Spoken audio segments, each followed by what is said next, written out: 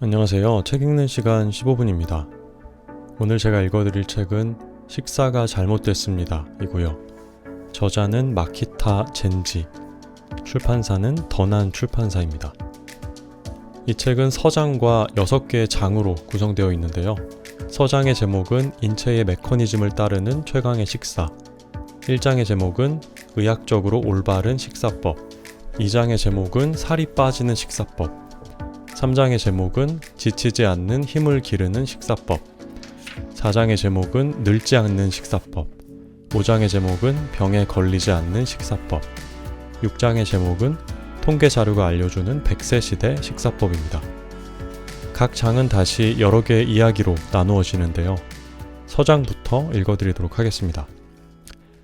서장, 인체의 메커니즘을 따르는 최강의 식사, 혈당치 관리가 최대의 열쇠다. 첫 번째 이야기, 자기도 모르게 건강을 해치는 음식. 오늘 하루도 힘내야지. 보험 관련 기업에 근무하는 30대 중반의 A는 매일 아침 회사 건물에 설치되어 있는 자동 판매기에서 캔커피를 뽑는다. 커피가 나오면 자기 자리에 가서 마시면서 컴퓨터를 켜고 메일을 확인한다. 이렇게 하루 일과를 시작한다. A처럼 캔커피를 하루도 빠짐없이 마시는 직장인을 자주 본다. 텔레비전에서 졸음이 말끔히 사라져 상쾌한 기분으로 업무에 임할 수 있다고 광고하는데 그 영향을 받았는지도 모른다. 하지만 건강을 소중히 생각하는 직장인에게 캔커피는 악마의 음료이므로 절대로 입에 대지 않는 것이 좋다. 캔뿐 아니라 페트병에 든 커피도 마찬가지다. 그런 커피 음료는 카페에서 파는 간 내린 커피와는 차원이 다른 음료다. 설탕 덩어리가 녹아있는 액체일 뿐이며 건강에 나쁜 점은 있어도 좋은 점은 하나도 없다. 그림 0-1은 시중에서 파는 커피 음료 한 병에 들어있는 탄수화물 함유량을 나타낸 것이다. 유어스 도토루 허니 라떼라는 제품은 100ml당 6.2g의 탄수화물이 들어있다. 300ml짜리 하나를 마시면 각설탕 4개 반을 먹는 것이나 다름없다. 스타벅스 디스커버리 카페라떼라는 제품도 한 병이 200ml로 용량은 많지 않지만 들어있는 설탕의 양이 각설탕으로 치면 4개나 된다. 커피 음료뿐 아니라 그림 0-2에서 보듯이 자동 판매기나 편의점에서 흔히 볼 수 있는 음료들은 다양한 탄수화물을 함유하고 있는 경우가 많다. 콜라 같은 달콤한 청량 음료가 당분을 많이 함유하고 있다는 사실은 잘 알려져 있다. 주의해야 할 것은 아무래도 건강에 좋아 보이는 제품이다. 대표적인 제품을 몇 개 꼽아보자. 위더인 젤리에 45g, 각설탕 11개, CC 레몬에 50.5g, 각설탕 12개, 데카비타 C에 28.3g, 각설탕 7개로 다량의 당분이 함유되어 있다. 본래 건강한 사람의 체내에는 약 4.5리터의 혈액이 있으며 그 안에 함유된 포도당 농도는 공복일 때 90mg/dl다. 즉 혈액 속에는 4g 전후의 포도당이 존재하며 그만큼만 있으면 충분하다는 것이다. 그렇다면 4g으로 충분한데 커피 음료 같은 음식을 섭취하여 다량의 설탕이 들어오면 어떻게 될까? 사람의 몸이 전혀 생각하지 못한 어이없는 사태가 벌어진다. 높은 혈당치가 비만을 낳는다. 이제 혈당치라는 말은 웬만한 사람이면 다 알고 있다. 직장에서 실시하는 건강검진에도 공복 혈당치나 최근 한두 달 사이 혈당치의 추이를 보는 헤모글로빈 A1C 수치를 재는데 이런 수치가 높으면 당뇨병이 의심된다. 그런데 이 혈당치가 사실은 당뇨병뿐 아니라 건강 상태의 모든 것을 결정한다 해도 과언이 아니다. 무엇보다 혈당치가 높은 상태가 비만을 만든다. 자세한 메커니즘은 2장에서 설명하겠지만 살이 찐 것은 기름진 음식을 먹었기 때문이 아니라 혈당치가 올랐기 때문이다. 거꾸로 혈당치를 낮출 수 있다면 고기를 먹든 튀김을 먹든 살이 찌지 않는다. 살찐 사람이 의사에게 살을 빼라는 말을 듣는 것은 비만이 만병의 근원이라는데 의심의 여지가 없기 때문이다. 뇌질환이나 심장질환, 암, 치매 등 무서운 질병은 모두 비만과 관련이 있다. 한편으로 당뇨병 환자는 이런 질병에 걸리는 비율이 높은 것으로 밝혀졌다. 다시 말해 애초에 혈당치가 높다는 것 자체가 몸에 온갖 나쁜 일을 일으키는 것이다. 혈당치가 높으면 면역력이 떨어지는 데다 몸속에서 최종 당화산물이라는 유해물질이 만들어져 여기저기에 노화가 진행된다. 혈당치가 높으면 혈관과 내장은 물론 피부 등 외모까지 상하고 만다. 또 혈당치가 안정되지 않으면 초조감, 졸음, 권태감, 욕지기, 두통 같은 불쾌한 증상도 생긴다. 그야말로 혈당치는 건강관리의 가장 큰 열쇠라고 할 수 있다. 이러한 사실을 안다면 자신의 혈당치에 무관심할 수 없다. 해외 프로축구팀에서 활약하는 어느 일본 선수는 기량을 최대한 발휘하기 위해 이 장에서 소개할 프리스타일 리브레라는 기기를 이용해 혈당치를 조절한다. 리브레는 본래 당뇨병 환자용으로 개발되었지만 의식 있는 사람들은 건강 관리를 위해 사용한다. 지적인 직장인이 근거 있는 건강법을 실천하고 싶다면 혈당치를 조절한다라는 명제를 명심해야 한다. 혈당치를 조절하려면 무엇보다 식사에 유의할 수밖에 없다. 그런데 지적인 직장인들 다수가 탄수화물이 듬뿍 들어있는 마실 필요도 없는 음료수를 들이킴으로써 아침부터 혈당치를 대폭 올린다. 현대인의 다수가 탄수화물 중독. 혈당치를 올리는 것은 전적으로 탄수화물이며 지방이나 단백질은 혈당치를 올리지 않는다. 버터로 구운 고기를 잔뜩 먹어도 혈당치는 올라가지 않고 혈당치가 올라가지 않으므로 살도 찌지 않는다. 반면에 고작 한 병의 음료수가 혈당치를 급격하게 올리고 비만을 초래해 건강을 해친다. 거기에 다량의 탄수화물이 들어있기 때문이다.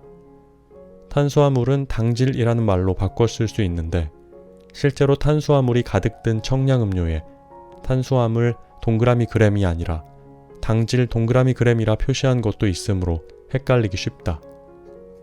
탄수화물은 밥이나 빵, 면류, 과일, 케이크나 과자, 청량음료 등 직장인이 평소에 섭취하는 다양한 음식에 들어있다.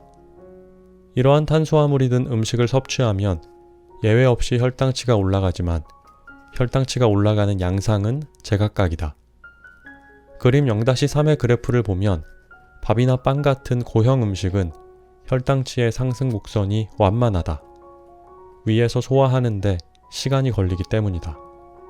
하지만 액체는 순식간에 위를 빠져나가 소장에 이르러 흡수되기 때문에 단숨에 혈당치를 올린다.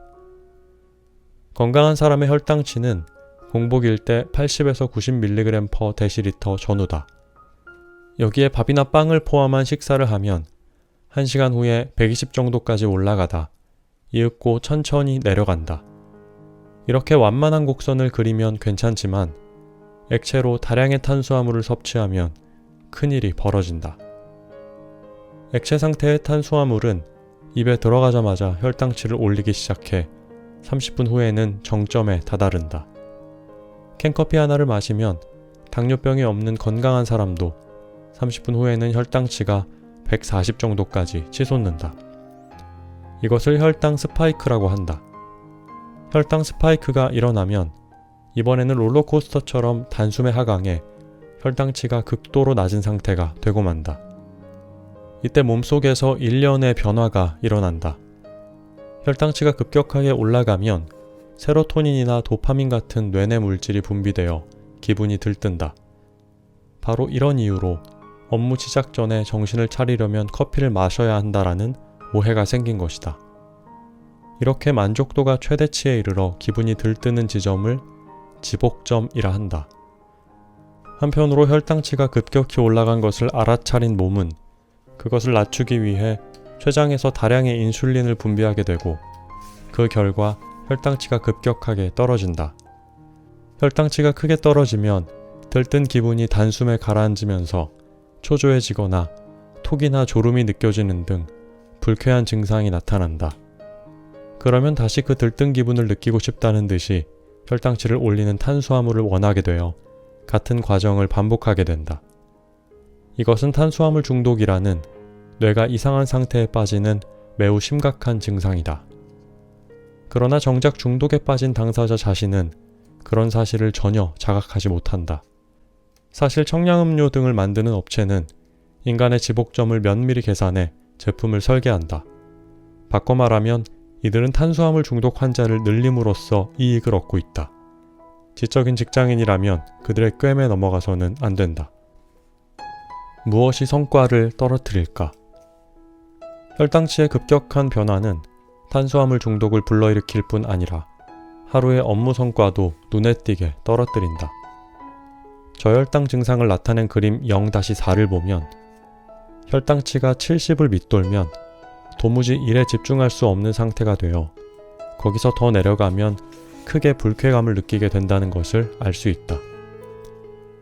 하지만 건강검진에서는 공복 혈당치나 헤모글로빈 A1C 수치를 측정할 뿐 혈당치의 하루 동안의 변화를 조사하지는 않는다.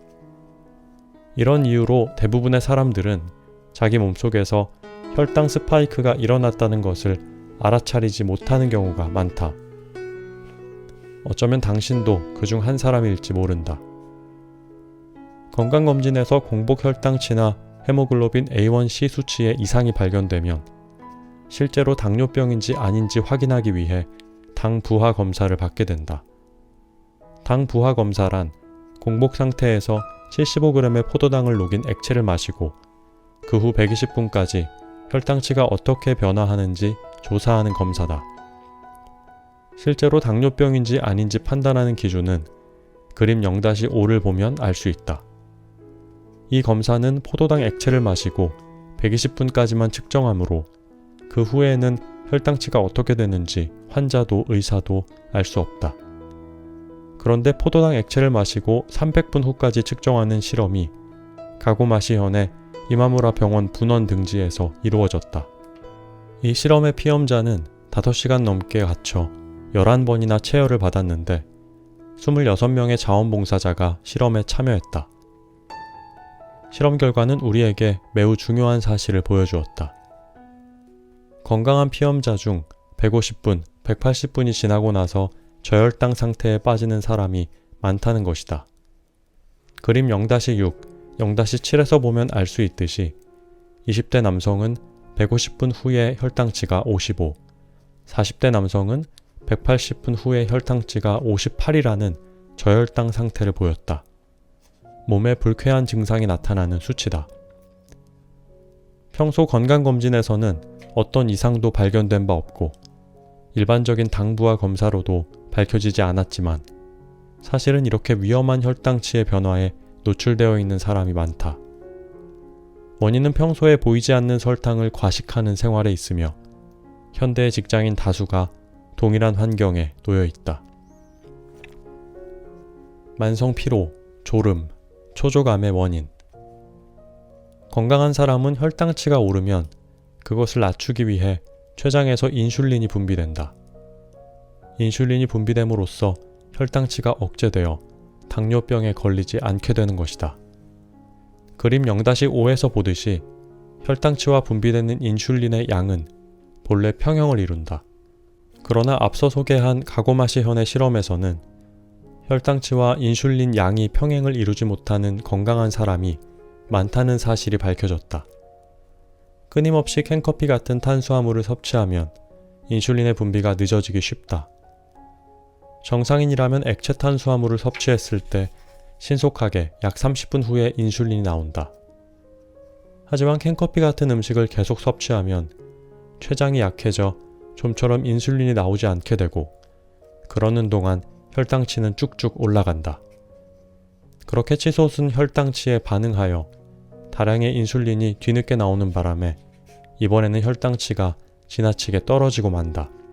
인슐린을 분비하는 기관은 췌장이지만 그 지령을 내리는 것은 뇌다. 본래 혈당치와 인슐린의 양은 평형 상태를 이루어야 하는데 그렇게 되지 않는 것은 뇌가 이상해졌다는 증거다. 그림 0-8에 나타난 50대 남성의 사례가 그 전형적인 예다.